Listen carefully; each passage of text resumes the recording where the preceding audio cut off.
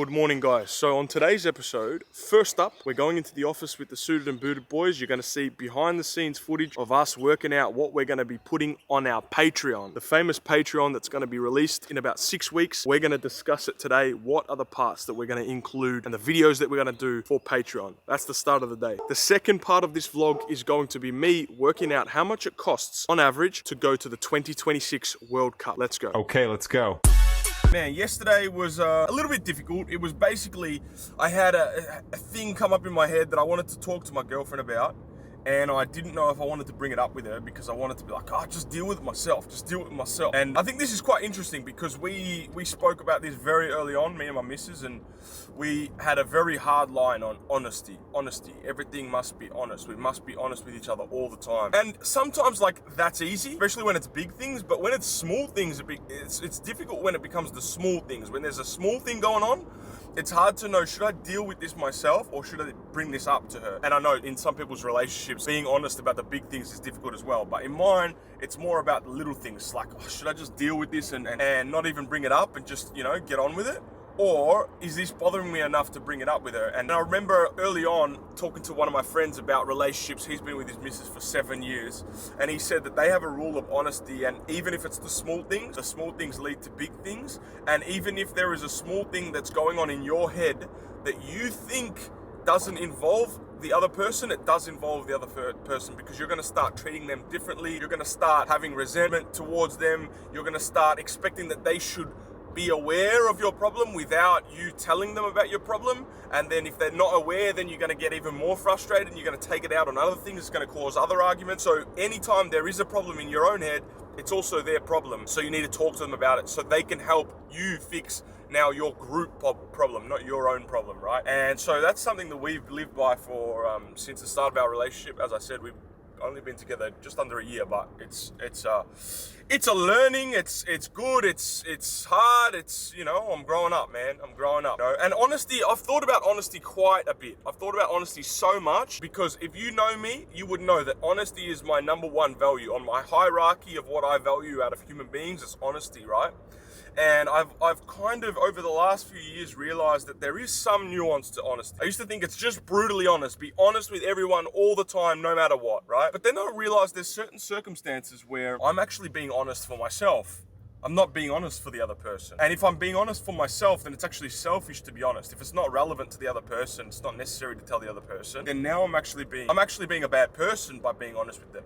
Because I'm making their life more difficult or worse unnecessarily. And this is where it gets a slippery slope, because already I can hear people that cheat on their partner and then say, it's better that they don't know. They don't need to know. It's not for them to know, right? Like, it's not helpful. It's finished. It's never going to happen again. We're going to move on, and they don't need to know. It's going to do more harm than good by telling them. That's not what I mean here at all. I'll tell you my 3 rules for socializing. Now, this goes for whether it's a partner, whether it's a friend, whether it's anyone. This is my 3 rules of socialization. Never let bullies bully, show respect until disrespect is shown, and be honest with anyone you want to see again. They're my 3 rules. And I'll tell you the last one, what the last one means in particular. Be honest with anyone you want to see again. I believe that the true harm that is done by dishonesty or lying is with people that have been lied to, and then the person that lied to them still hung around them and saw them multiple times afterwards. So say, for example, if I'm standing there with you, we're at the park, we run into each other, we're kind of associates, or we know each other, or we used to know each other, and you ask me to go, to watch a soccer game, and I say to you, I've got to go home and work. And then that night when the soccer game's on, you see me with another person at dinner, right? The fact that I've lied in that scenario, there's something about that doesn't seem to bother people too much. It doesn't seem to do long-term damage to people too much. Whereas if I was lying to you to try to maintain our relationship or to close-in our relationship, and then we see each other multiple times after. For example, you ask me a question to something and then I lie to you, and then we are together and we're on a trip in Bali together for a week after. Then when the lie comes out after that, let's say 2 weeks later, you find out that there was a lie in there at the start of that trip, and you had a week to work out that there was a lie and you didn't work it out. That's when it starts to become really destructive to people. It's like there was a big expectation that I was honest with you in that scenario because I'm trying to build a relationship with you. So you're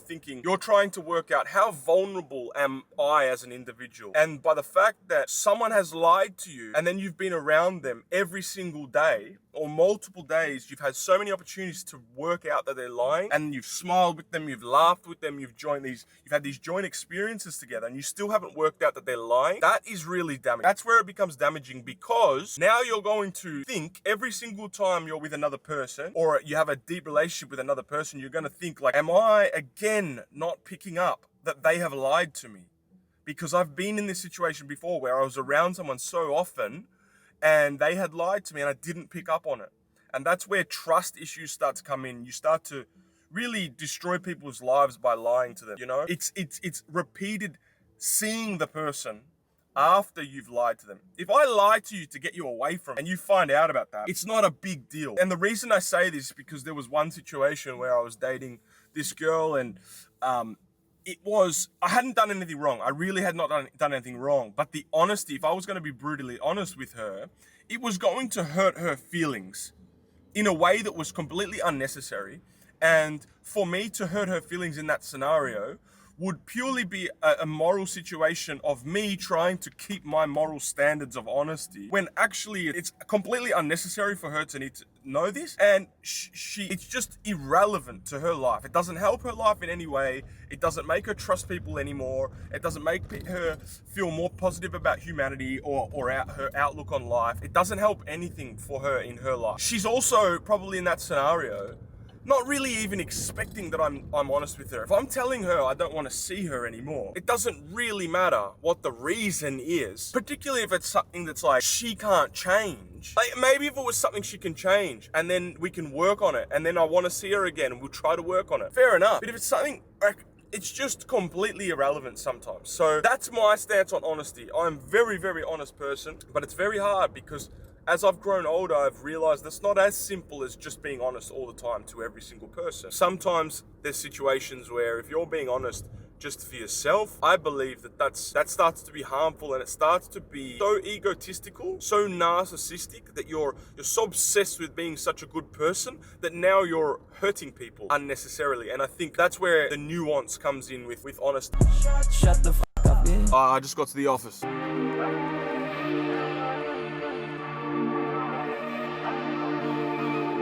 You working or are you watching Bruce Kamau, bro? Bruce Kamau.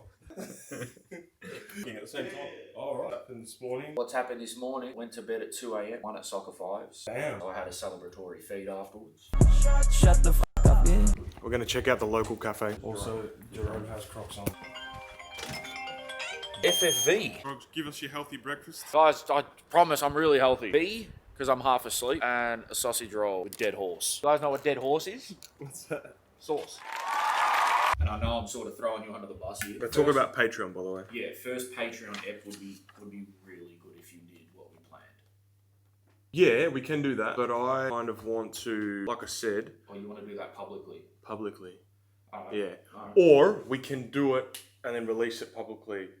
Later after on. a later date. Could do that. I think I'd prefer to do it publicly, man. It makes me feel like a bitch if I do it.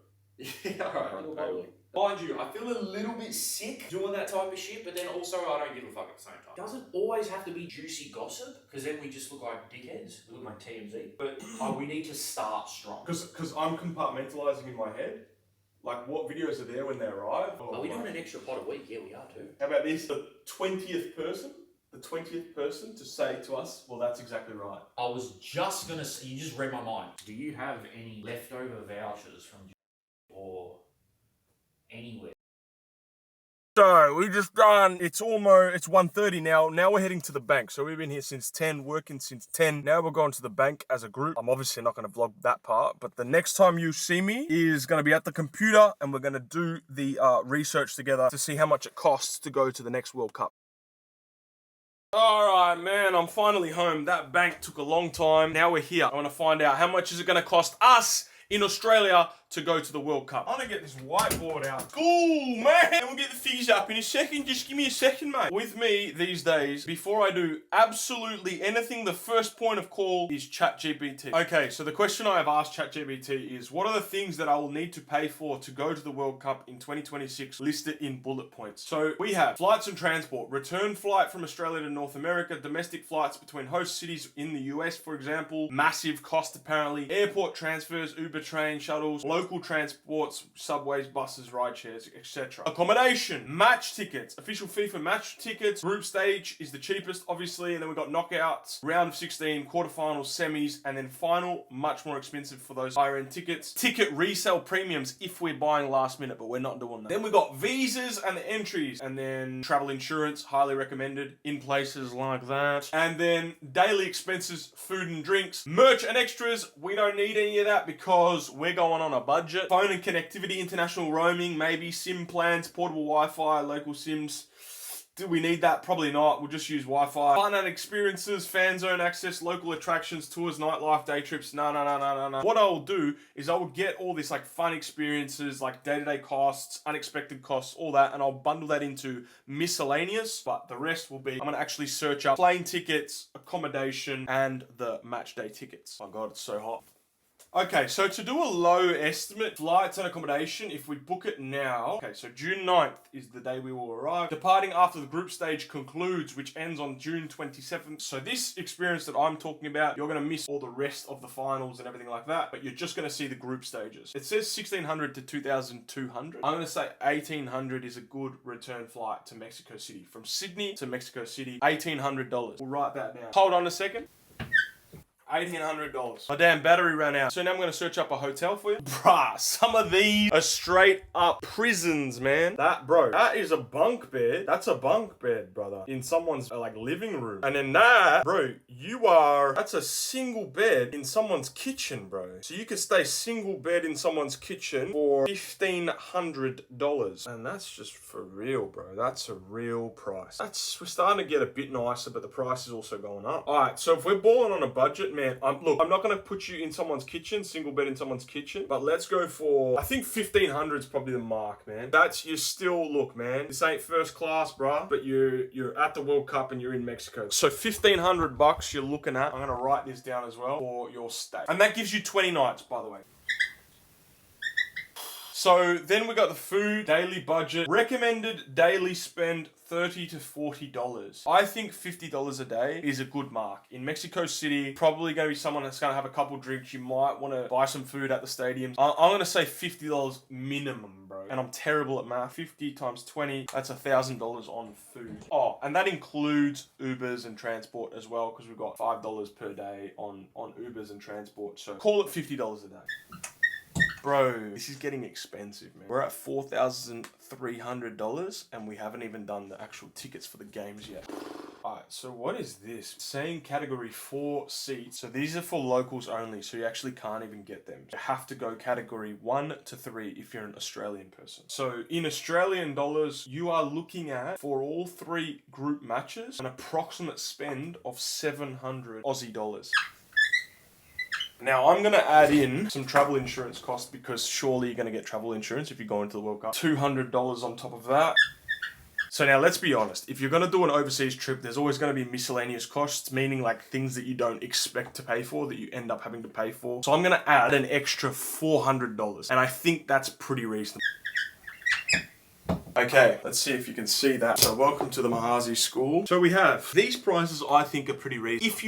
If you get closer to the day that like the World Cup is going to start, these prices are going to get way more expensive. And getting match day tickets is almost going to become impossible, and you're going to have to pay like through the roof for them. The flights, we've got $1,800. Accommodation, we've got $1,500. Day to day, we've got $1,000. We've got 3 group matches. We've got insurance, $200, and we've got random at $400. So this is your World Cup trip, $5,600. This is if you're traveling from Sydney, Australia, and this is also assuming that you're booking your ticket well in advance. This is not assuming someone's booking their ticket like a month before the World Cup starts. $5,600. Now, that is if you're going to Mexico. Now let's look at the prices if you're going to go to the USA. Okay, so if we were going to the US, the flights are actually quite close, so we'll leave them as they are. The daily budget is probably 3 times the cost. Okay, now this is getting crazy. So match day tickets are going to go up there at about $1,100. So, and oh no, I don't even want to know what the accommodation's going to be. So we've got, for the 2026 World Cup in the United States, Dallas stands out as a primary host city. Other major US host cities include New York, New Jersey, Los Angeles, Atlanta, and Miami. I want to go to New York. So let's see what New York costs. I think Hoboken. That's where I stayed when I went there. What is going on there, bro? Or there, bro? Or there, bro? So the cheapest one that I could find, I've put in a filter so that the price is at here, as low as you possibly can go. This is the place, Jersey City in Hoboken. So it's not even actually in New York City, but it's close enough that you can get a train across. This is the lowest price. Okay, so now we've got the final answers for America's trip. This is if we're going to New York, and it's scaring me. So we've got $1,800 plus $3,300 plus $3,000 plus $1,100 plus $200 plus $400. So this is for 20 days. Call it 3 weeks. This is like minimum if you're going to New York City. Call it $10,000 you need. So if there's 4 of us, that is what Suited and Booted need to get to the World Cup 2026 if we want to stay in New York City. Obviously, we don't need to stay in New York City, but that would be sick. So if you've watched this far, I appreciate you. I'm going to try to vlog at least twice per week. I'm probably going to vlog more than that because I'm enjoying it so much. But if you haven't watched my content thus far, and this is the first time you're seeing this video, watch this video that's somewhere around here that pops up, because that is going to tell you exactly what I'm doing with my content, and it's going to give you a reason to keep watching. Thank you for watching this far, though. I love you. See you next time.